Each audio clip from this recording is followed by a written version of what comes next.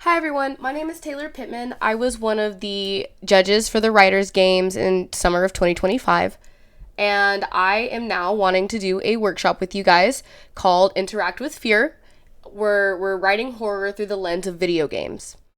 Essentially, we're going to take a deep dive into how horror games use mechanics, perspective, and immersion to create fear, and how fiction writers can steal, adapt, or reimagine these tools for the page.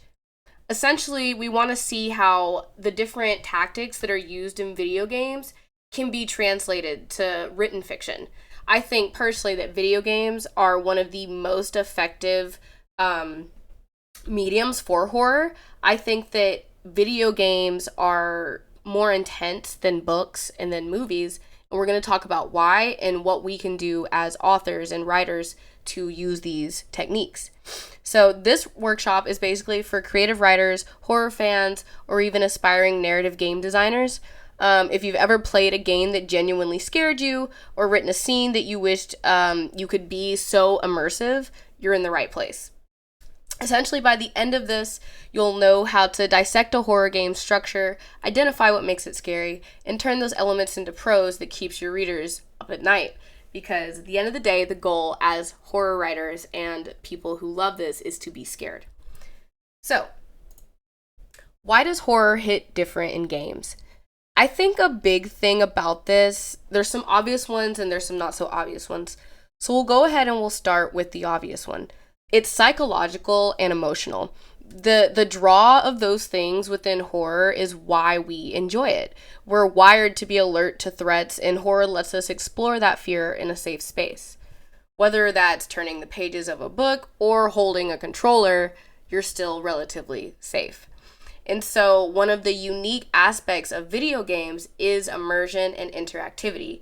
A game puts you in the scene. You open the ominous door and you walk towards the sound in the dark hallway. You are the one who's making the choice that might kill your character. Now, there are things that fiction can't do and things that games can't do. These are all things that we can, deep dive into in suchly just to show the differences and the similarities. And so, a big thing though with fiction and horror and video games, is the illusion of control.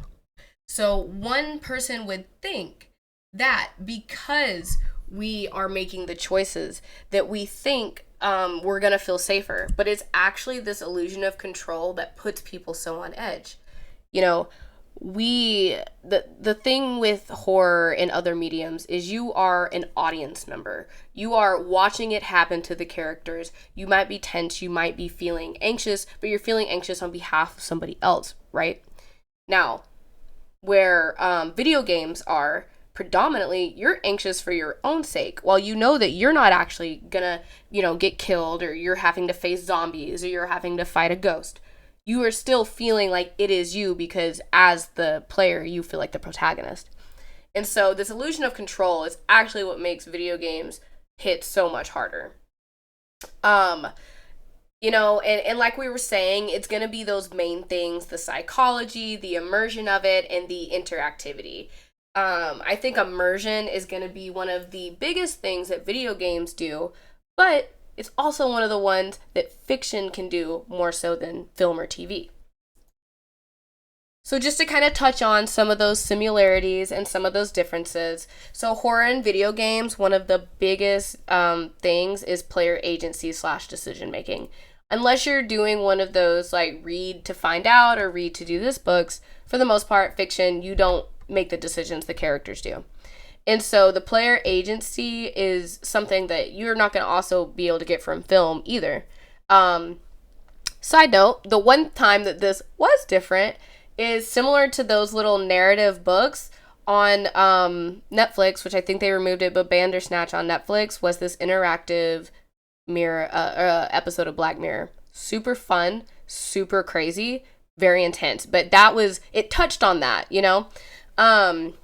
Another thing that video games can do is haptics. So essentially haptics are going to be when your controller vibrates or whenever things light up or any noises come through. It brings in the physical feeling of it. Horror games and jump scares, or jump scares in horror games are definitely something that you can't do in fiction. You can't do a jump scare in fiction. You can do them in film and TV and video games, but for the most part, it's just a different type of fear trigger. So you can't get that from fiction. And then different outcomes. Whereas not every game is like this, but a lot of video games will have different paths you can take. There's different endings. There's good endings, bad endings, and the story can almost stay dynamic versus where fiction and film is more static. A good example of this, even though it's not a horror game, is Baldur's Gate. There are tons and tons of pathways and tons of different decisions that you can make within Baldur's Gate. So, talking about the differences in fiction, the things that fiction does that you cannot do as well in video games or at all. So I think that descriptive details, most of video games, most people, unless you're doing a story game or a visual novel, you're not going to want to sit there and just read.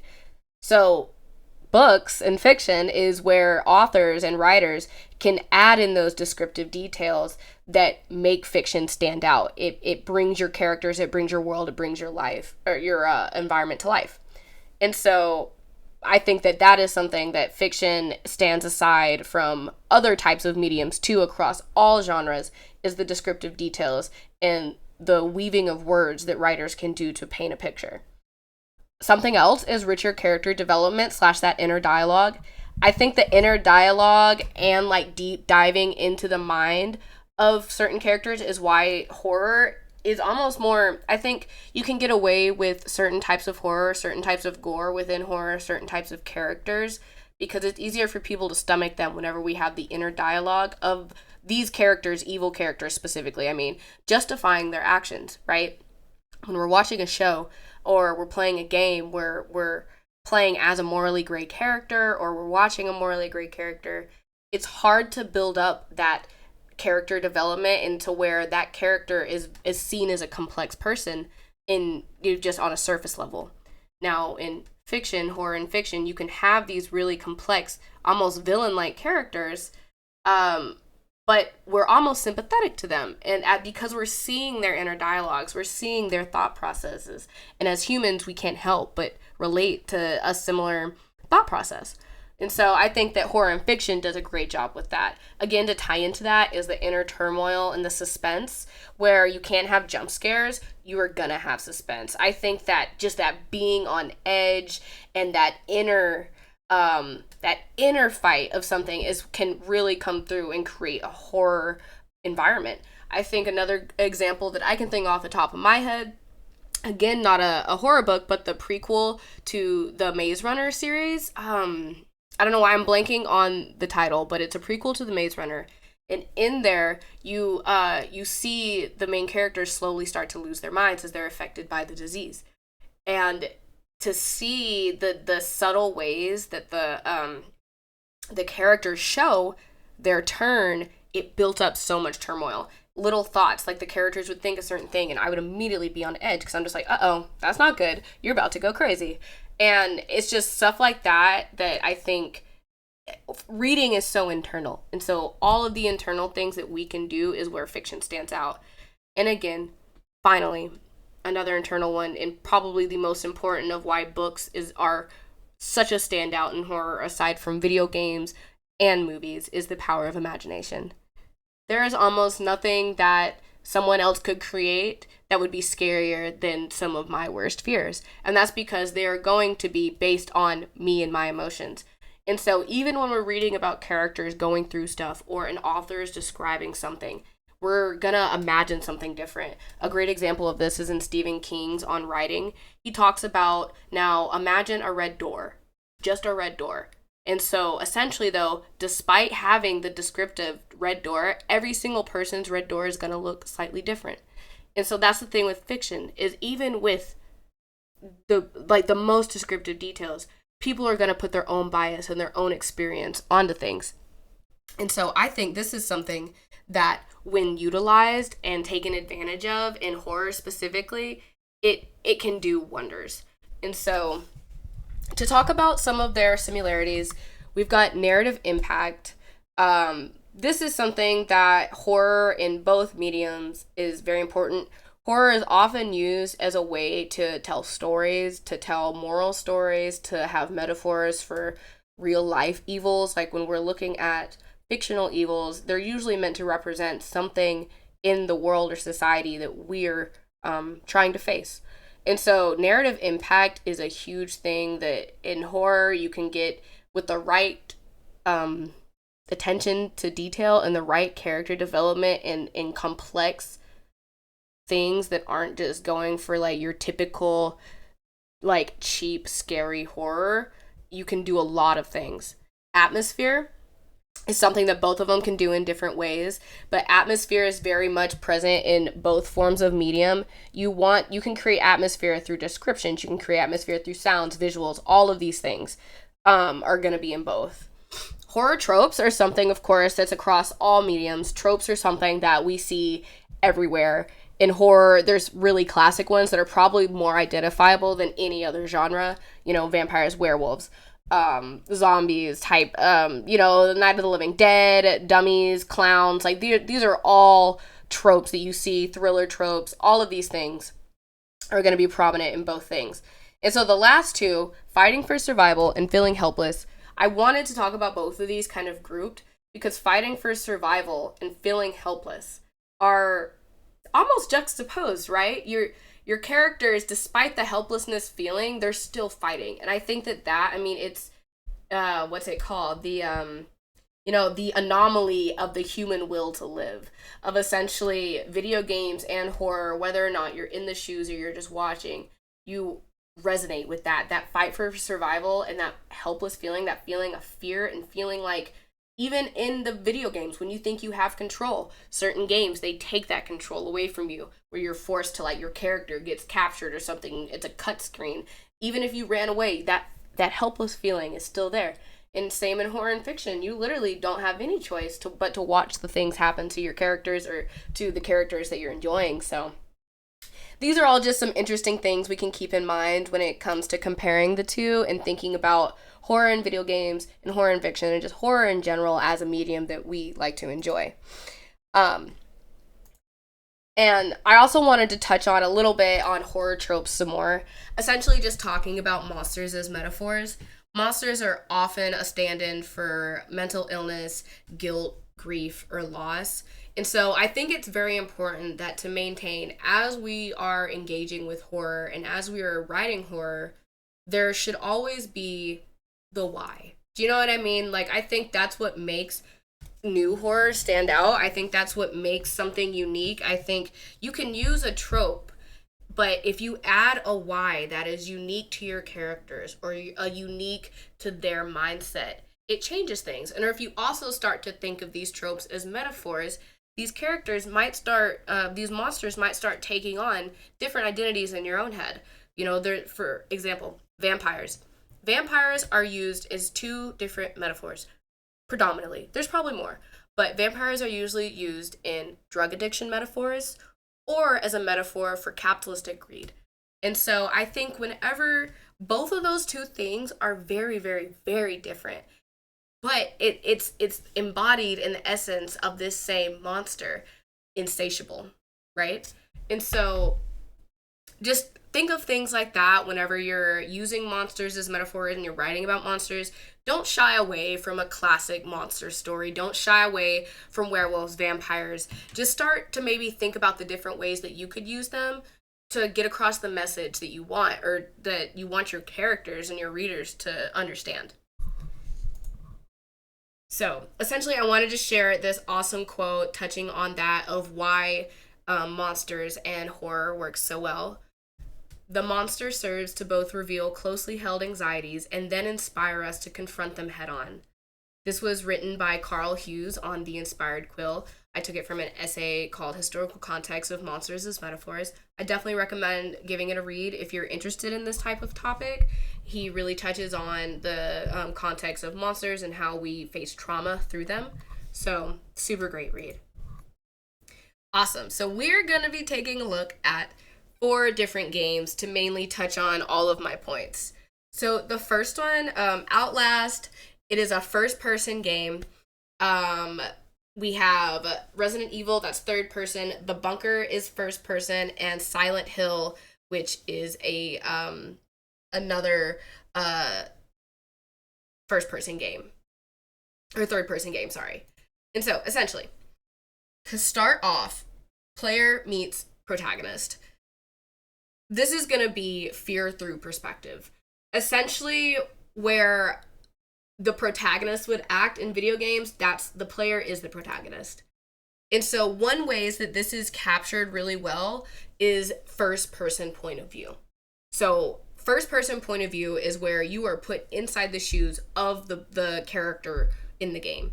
Essentially, the impact of this cannot be overstated. You're not just observing the events, you're literally inside of them. And so when we translate that into fiction, we can use all different types of methods, but I think some of my favorites is going to be unreliable narrators, stream of conscious, or sensory overload to trap the reader in the same headspace. A book might not have a camera, but point of view is your camera as a writer. And so an example of some of these different ways you could do this is translating this into fiction. We have unreliable narrators. I think one of the best and most iconic examples of this is American Psycho. If you're familiar with the story, essentially it is about a man who, you think that like there's like something going on at this hotel, a body is found, and it is there's a death, and you think it's like his mother is the one who did it, but then there's this big reveal that it was actually him all along. But the book, you don't realize that because we're reading it from his perspective. Shutter Island is another good one. There's a big plot twist at the end where suddenly you realize that tension that you've been putting your readers through as they're taking things in, whenever you drop that ball of this is not actually what things are happening and how things are going, it creates that same sense of like, I am that first person point of view of the helplessness and the immersion. And so The Apartment is a slightly different, it's a newer one, it's one of my favorite modern horror books, but essentially it's this book that plays on this idea of psychological and versus supernatural horror, and it melds them very well. And what you think might be supernatural, it actually might be psychological. And I think that that's such a beautiful place to play with unreliable narrators. Stream of consciousness is another great way of getting that same intensity of first person point of view, because I think that's the thing about first person, right, is it's in your face. You feel like you can't escape it. I know when I'm playing first person horror games, I want to cover my eyes, but you can't, because you gotta literally play the game.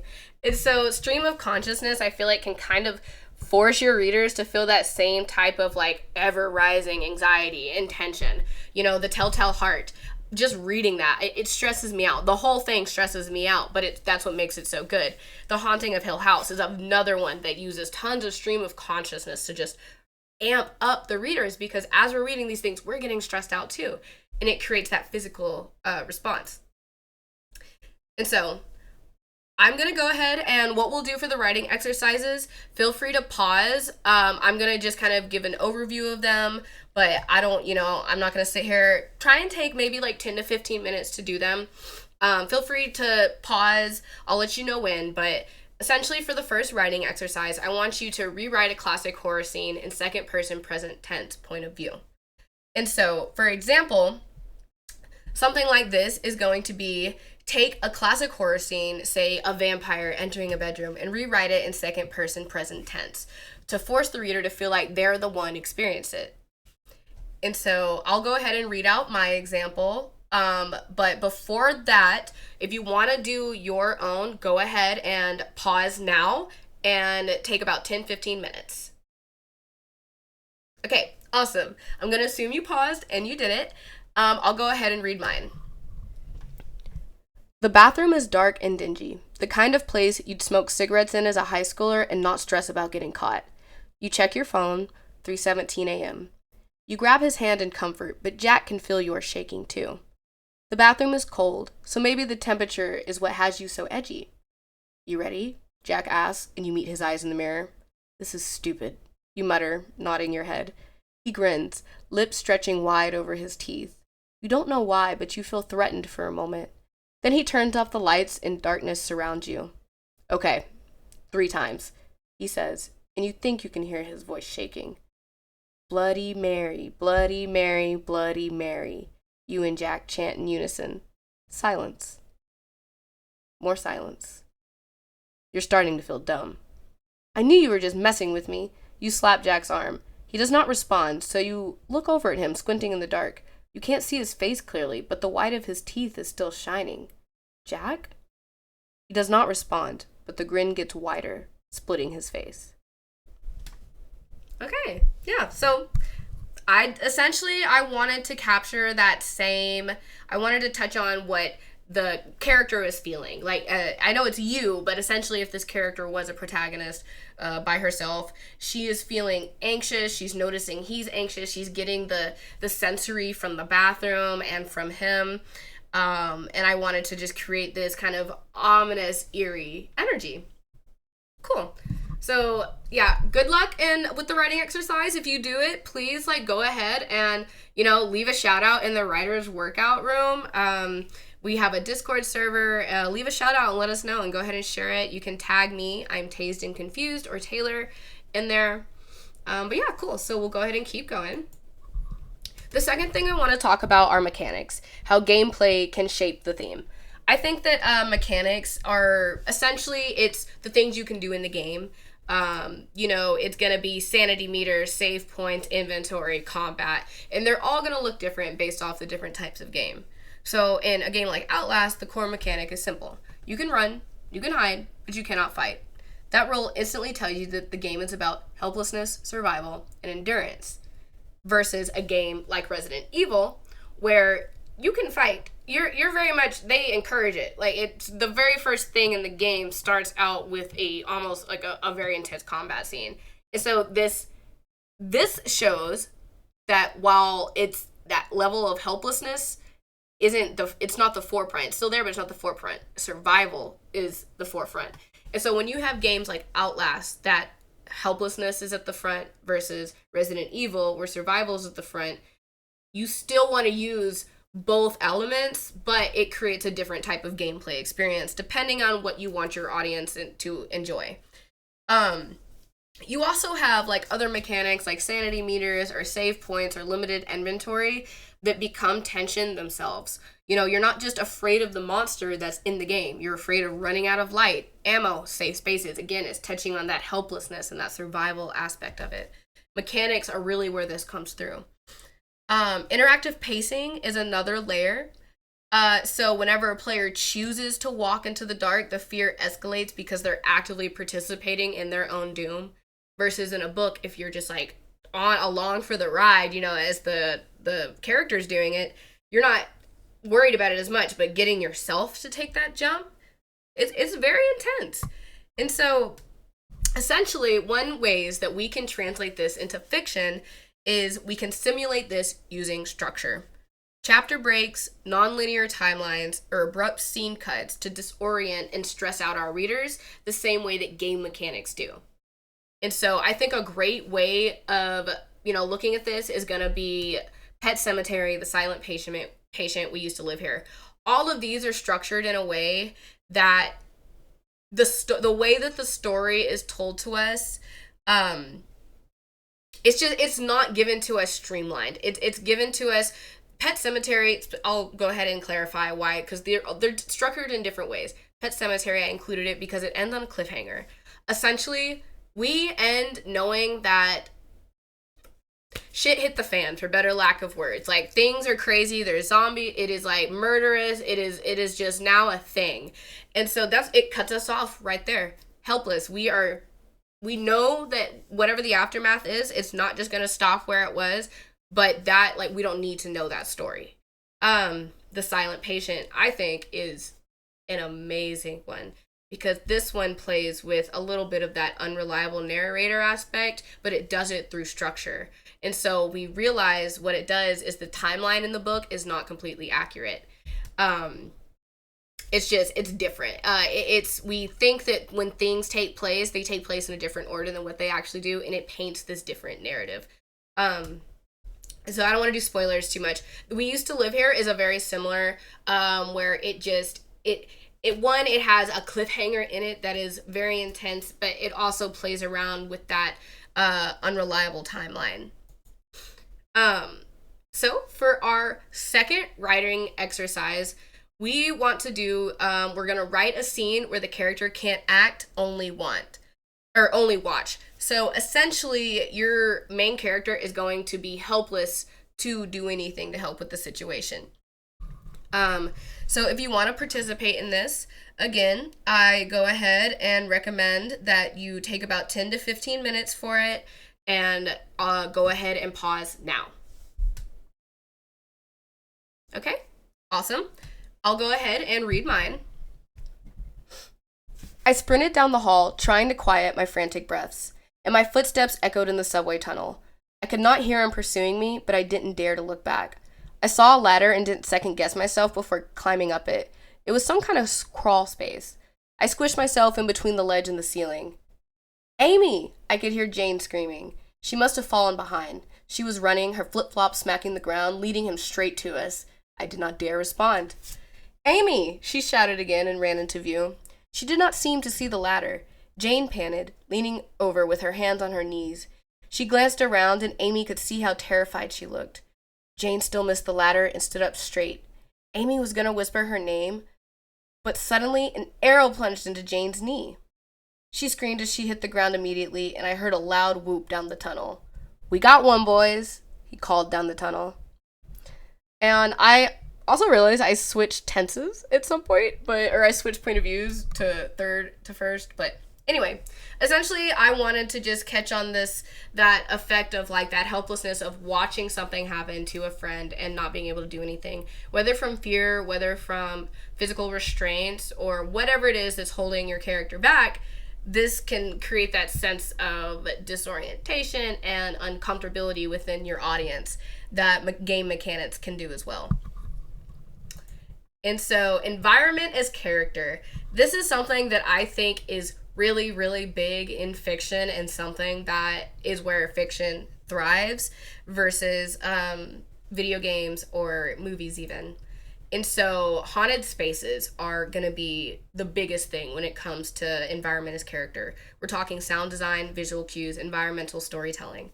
And so, in Silent Hill and Outlast, we have this massive asylum. We have the hill and the town. They are not just backgrounds. They're active participants in the horror. Everything about these environments is leading readers and the audience to feel that fear.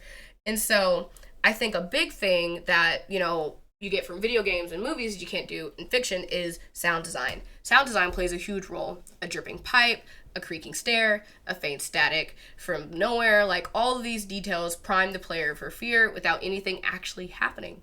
That's why when you first start a horror game, before you even see anything, you are nervous. You don't want to continue. And so, environmental storytelling, on the other hand, is something that fiction can do, just to do it in a different way. So it's, blood trails, broken doors, old notes, flickering monitors, to suggest that something awful has happened here without outright stating it or showing it. And so this is something that authors, the way that we can do this is through description. So description is your sound design. Sensory detail builds dreads. You don't need to show the monster, just let the readers hear it breathing in the next room. So I wanted to show you guys an example of what description can do as environmental details in Tender is the Flesh. I recommend this book. It's a bit of a rough read. It's about cannibalism, trigger warning, but this scene, I think, captures just that idea of showing, not telling, through environmental storytelling. Someone has drawn a red circle with a cross in the center. He goes into one of the cages. There's grass growing up between cracks in the cement, cigarettes and needles on the floor. He finds bones, thinks they could be the monkeys, or not. They could be anything. There are trees outside the cage, and he leaves it to walk behind them. It's a hot day, and the sky is clear. The trees provide a bit of shade. He's sweating. He comes across a sales booth. When he sticks his head through the empty door frame, he finds cans, papers, filth. Inside, he reads the list of products painted on the wall: Simba the stuffed lion, Rita the stuffed giraffe, Dumbo the stuffed elephant, Animal Kingdom cut, tip monkey pencil case. The white walls are covered with graffiti, sentences, drawings. Someone has written, "I miss the animals," in small restrained letters. Someone else crossed out the words and added, "I hope you die for being so dumb." When he leaves the sales booth, he lights a cigarette. He never wanders around the zoo, but instead always goes straight to the lion's den and sits there. He knows the zoo is large because he remembers spending hours exploring it with his father. He steps down into some empty swimming pools. The pools are small. They could have held otters or seals, he thinks, but can't remember. The signs have been torn off. As he walks, he rolls up his sleeves. He undoes the buttons on his shirt and leaves it open, loose. In the distance, he sees huge cages. They're tall, topped with cupolas. He remembers the aviary. The colorful birds flying, the burst of feathers, the smell both dense and fragile. When he reaches the cages, he sees it's actually one cage, split into sections. And so the scene just continues. Great descriptive detail. I mean, the author is pointing out these small things that maybe the character might not, like the character's noticing these things, but maybe not as so specifically as the author painted it to us. You know, he's taking these things in all at once, but the author can use descriptive details to show us every single one of these things, and they have meaning. To have the phrase, "I miss the animals," written in small restrained letters, and then to show society where it has come, "I hope you die for being so dumb." To have the juxtaposition of such an innocent phrase with the harsh, maybe reality of what the world has become at that point, these little details are how fiction can stand out, because the reader's not going to miss those details. In a book, when the reader or the player is running and they're scared for their life, they might not see that environmental storytelling. But in fiction, they're going to read it. They're going to see it, and it's a way to like really have impact. And so I think this is something that is really amazing, that, you know, when people can do this, and as writers you can touch on these methods, you're going to be really surprised with how well it works. Okay, so I'm going to build a horror setting through environmental details and cues. Essentially, you want to use objects, sounds, smells without ever stating what the actual threat is. And so go ahead, and if you want to do this one, again, 10 to 15 minutes, and go ahead and pause now. Okay, awesome. So I'm going to go ahead and read mine. They should have canceled the wedding. Joy looked around at the hopeless destruction surrounding her. The ballroom's once tall walls and ceilings were marred with jagged holes and chips. Most of the ornate ceiling now sat crumbled on the ground alongside Joy. The news channels warned them, but nobody believed. Who would? This was something out of some fucked up sci-fi film, not something you expect to happen in the middle of nowhere, Missouri. Plus, with AI, who could trust anything they saw online these days? Joy could hear a buzzing sound and what sounded like liquid slurping through a giant straw. The flashing lights outside the demolished ballroom flickered through the night air, a warning signal. Joy could hear what sounded like screaming, but it was muffled. The whir of an aircraft was a monstrous buzz that vibrated the ground. Okay, so if anyone, I hope you picked it up, but I was describing a alien invasion. I thought, I wanted to give hints and cues to things that pull from other alien things, like, the certain sound cues and stuff like that are pulling from other types of fiction, just to show you can see what that would look like. And, tying on that, this is where I'm using tropes a little bit, where I'm tying into that, but still making it my own. Okay, and so essentially I do have one more exercise. This is going to be one that you do on your own time. It's going to probably take a little bit longer to do, but essentially you are going to write a story based on a fictional horror game environment. So take your favorite horror game that you've ever, you've played, or any video game that you've ever played. It doesn't have to necessarily be horror, but do it and write a story and spin it in horror. And so, essentially, if you there's not a wrong way or right way to do this. These are two different mediums, but I just really wanted to show the ways that both of these mediums can be used to tell a story. And so, fiction and games both rely on timing, setting, and character psychology to induce fear. Understanding how mechanics can shape narratives gives you more control over how you shape tension within your own narratives. And remember, horror isn't about the monsters. It's not about the killer. It's not about the physical act of whatever is doing the thing. It's about how we experience the fear. It's how we experience the fear that those things are causing. And so, hopefully you guys enjoyed this. That is really all I have to say. If anybody has any questions about anything, please feel free to reach out to me. I'm in the the Writers Workout Discord. I can also be reached at email. If you do the writing exercise, the video game writing exercise, send it to me. I would love to read it. We'd love to talk about it. And so, yeah, thank you guys so much. And I really hope you enjoyed it. All right, bye.